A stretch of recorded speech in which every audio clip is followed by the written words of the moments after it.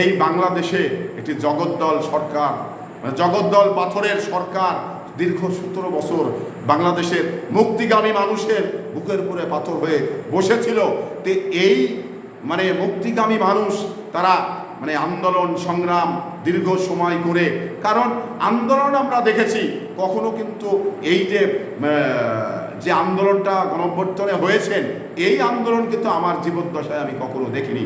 কারণ যখন হেলিকপ্টারে এই আন্দোলনকারীদের গুলি ছোড়া হয়, হেলিকপ্টার দিয়ে যখন শিশু মেরে ফেলা হয়, আন্দোলনে আপনার পানির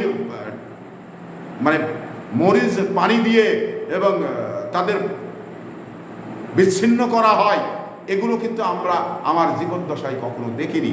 আমরা আন্দোলন দেখেছি, সেই আন্দোলনের নিয়ম ছিল, আইন ছিল, কিন্তু এই ফ্যাসিস্ট সরকার আইনের তোয়াক্কা না করে যেটা মনে করেছেন সেটাই করতে পেরেছে। কারণ যে আন্দোলনটা হয়েছেন, হেলিকপ্টারে যে গুলি ছুড়েছেন, সেটা কিন্তু আপনার অন্যান্য দেশে যখন বিদেশি কোনো রাষ্ট্রের সঙ্গে আরেক রাষ্ট্রের যুদ্ধ লাগে, তখন কিন্তু এই সমস্ত হেলিকপ্টার করে বোমা ছোড়া হয়, হেলিকপ্টার থেকে গুলি ছোড়া হয়।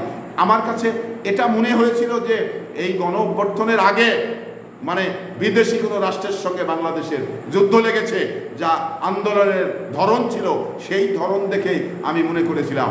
তো আসলেই বাংলাদেশে হাসিনা যেটা করেছেন, এটি ইতিহাস সৃষ্টি করেছেন, যা সর্বকালের সর্বোচ্চ ইতিহাস এবং নিকৃষ্ট শাসনকর্তা এবং এই স্বৈর শাসক বাংলাদেশে সৃষ্টি করেছিল। তো যার কারণে আজকে তারা টিকতে পারেনি, তারা পালিয়ে গেছেন। আগামীতে আওয়ামী লীগ এই বাংলাদেশে করব বা করা যাবে, এই সুযোগ হয়তো বা আওয়ামী লীগের থাকবে না।